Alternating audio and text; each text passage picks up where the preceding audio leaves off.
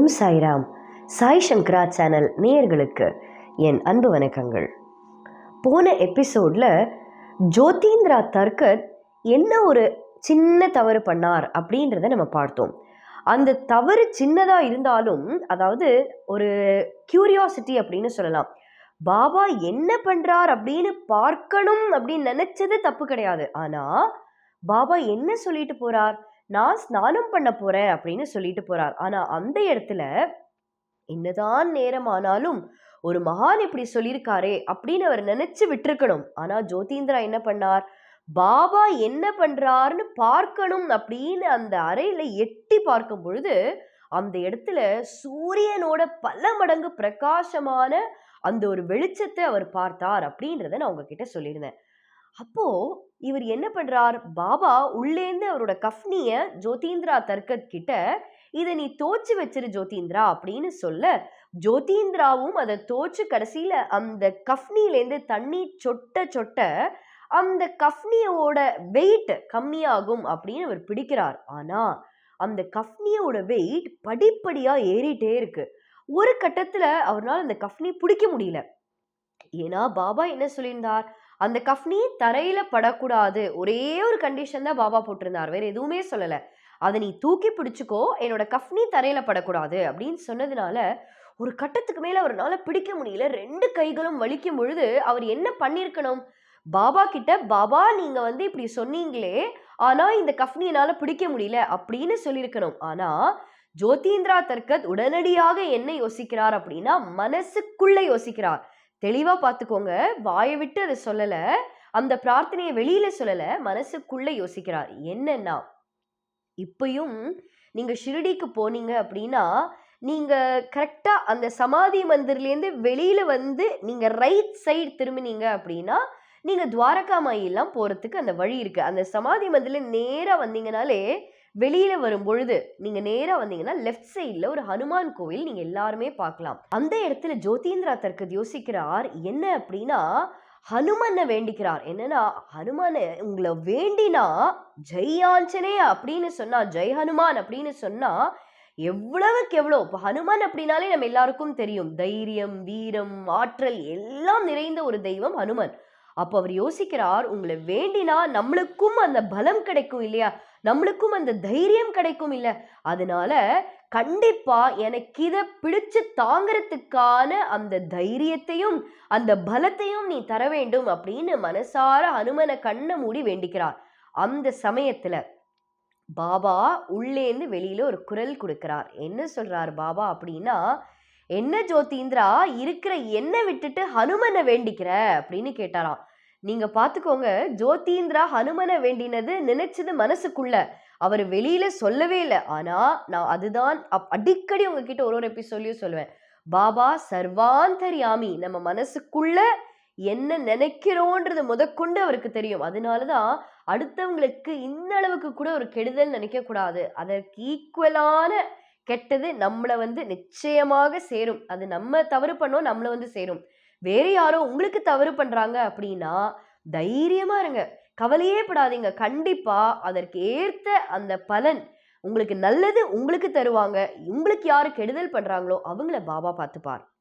அப்போ இது சொன்ன உடனே ஜோதீந்திரா சொல்றார், பாபா மனசுக்குள்ள நான் ஹனுமனை நினைச்சது உங்களுக்கு எப்படி பாபா தெரியும் அப்படின்னு.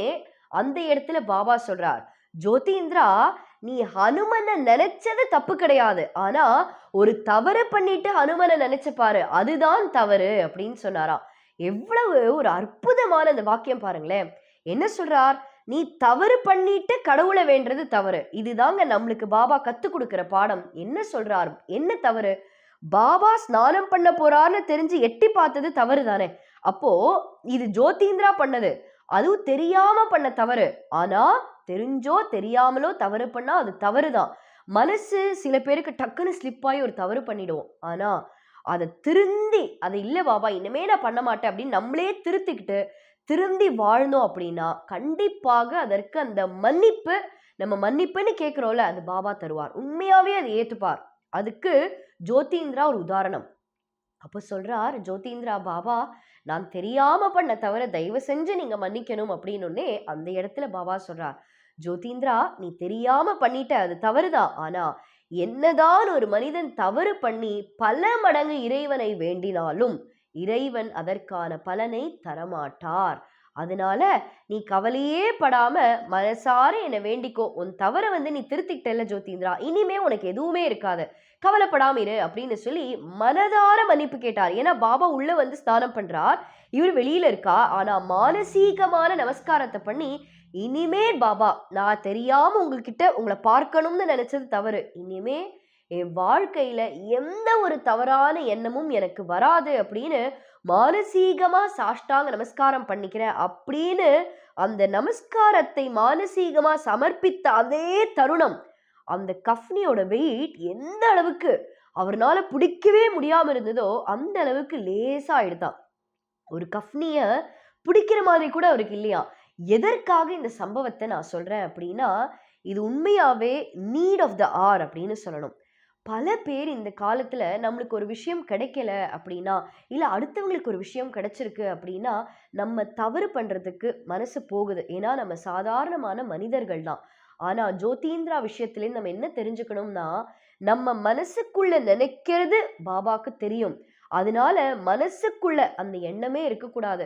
இன்னைக்கு நம்ம தவறு பண்ணிட்டோம், ஒரு சின்ன தவறு தானே, இது என்ன பாபாக்கு தெரிய போதா? இல்லைன்னா இன்னொரு கட்டம் தாண்டி எப்படி போறாங்கன்னா, உண்மையாவே இது என்ன தவறா அப்படின்னு நம்மளை தேத்திக்கிறது. தவறுன்றது மனிதனுக்கு கடவுள் 6 சென்சஸ் கொடுத்திருக்காரு இல்லையா. அப்போ அதை யூஸ் பண்ணாலே நம்மளுக்கு தெரியும் நம்ம பண்றது தவறா இல்லையா அப்படின்னு. அப்ப அந்த தவறு அப்படின்னு தெரியும் போது உங்களையே நீங்க தேத்திக்க கூடாது. இல்ல இது தவறு இல்லை, இதெல்லாம் பாபா தப்பா எடுத்துக்க மாட்டார் அப்படின்றத நீங்க உங்ககிட்ட சொல்லிக்கவே கூடாது. என்னதான் நம்ம இன்னி வரைக்கும் தவறு பண்ணியிருந்தாலும் ஜோதீந்திரா கிட்டே நம்ம எடுத்துக்கணும், பாபா எங்களையும் நீ மன்னிச்சிரு அப்படின்னு சொல்லும். ஏன்னா பாபா அந்த இடத்துல அதுதான் சொன்னார், நீ என்ன இல்ல ஹனுமனை வேண்டது தவறே கிடையாது. என்னதான் வேண்டணும்னு பாபா சொல்ல, ஹனுமனை வேண்டது தவறு இல்லை. ஆனா ஹனுமனை வேண்டும் பொழுது தவறு பண்ணாம இருக்கக்கூடிய பிரார்த்தனையை இறைவன் ஏத்துப்பார். அந்த மாதிரி அவங்க ஃபேமிலியில பல பல லீலைகள் பாபா பண்ணியிருக்கார்.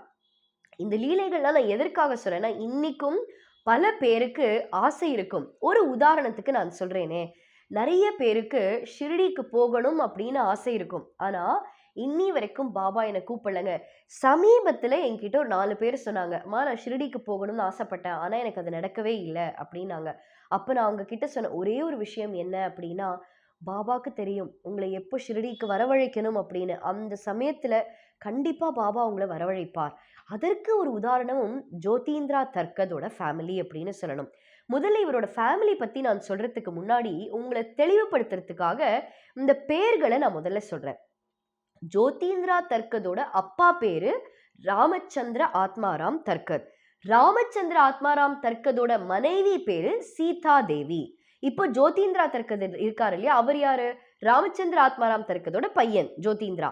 இந்த ஜோதீந்திராவோட மனைவி பேரு லக்ஷ்மி தேவி அப்படின்றது அவங்களுடைய பேரு. இப்போ எதற்காக இந்த பேரு நான் உங்களுக்கு சொன்னேன்னா, இனிமே உங்களுக்கு நான் பேசும்பொழுது புரியும். இதை யாரு சம்பந்தப்பட்ட எபிசோட் அப்படின்னு நீங்க பாத்தீங்கன்னா, ஜோதீந்திரா தர்கதோட அம்மா. என்ன அப்படின்னா, ஜோதீந்திரா தர்கதும் அவருடைய தந்தையான ராமச்சந்திரா தர்கத் இவங்க 2 பேரும் அடிக்கடி போய் பாபாவை தரிசனம் பண்ணுவாங்க. அப்போ ராமச்சந்திரா தர்கதோட மனைவி சீதா தேவிக்கு ஒரு ஆசை என்னன்னா, அடிக்கடி நீங்க போய் பாபாவை பாக்குறீங்கல்ல, எனக்கும் அந்த பாபாவை பார்த்து அவருடைய ஆசீர்வாதம் வாங்கிக்கணும் அப்படின்னு எனக்கு ஆசை அப்படின்னு சொல்லுவாங்க. அவங்களும் பல முறை ராமச்சந்திரா தர்கத் கிட்ட சொல்லி பார்த்தாங்க, என்னை கூட்டிட்டு போங்க அப்படின்னு. அவர் நான் கூட்டிட்டு போறேன்னு சொன்னார். ஆனா அது நடக்கல. அப்படிங்கும் பொழுது அவங்க நேரா போய் அவங்களுடைய மகன் ஜோதீந்திரா கிட்ட சொல்றாங்க, ஜோதீந்திரா எனக்கு பாபாவை பார்க்கணும்னு ரொம்ப ஆசையா இருக்குப்பா, என்னை கூட்டிட்டு போறியா அப்படின்னு கேட்ட உடனே ஜோதீந்திரா தர்கதுன்னு சொல்லிட்டாரு, சரிம்மா நான் கூட்டிட்டு போறேன். ஆனா மனசுக்குள்ள அவருக்கு தெரியும் அது நடக்காது. ஏன்னா அவருடைய தந்தையான ராமச்சந்திர ஆத்மாராம் தர்கத் இதை விட மாட்டார் அப்படின்னு தெரியும். ஆனா அந்த இடத்துல நம்ம கர்மா அப்படின்னு ஒண்ணு இருக்கு பாருங்க. அந்த இடத்துல கர்மாவின் அடிப்படையில் ராமச்சந்திரா தர்கதோடைய மனைவி சீதா தேவிக்கு ரொம்ப உடம்பு முடியாம ஆகுது. பிளேக் அப்படின்ற வியாதி, அந்த நோயால ரொம்ப ரொம்ப கஷ்டப்படுறாங்க. அந்த சமயத்துல பாபாவை பார்க்காத அவங்க மானசீகமா ஒரு பிரார்த்தனை பண்ணதுக்கு பாபா ஒரு அற்புதமான பலன் கொடுத்தார். பிரார்த்தனையும் வினோதமானது, பாபா பண்ணின லீலையும் அற்புதமானது. அப்படி அந்த இடத்துல என்ன சம்பவம் நடந்தது அப்படிங்கிறத நம்ம அடுத்த எபிசோட்ல பார்ப்போம். நன்றி, வணக்கம். ஓம் சாய்ராம்.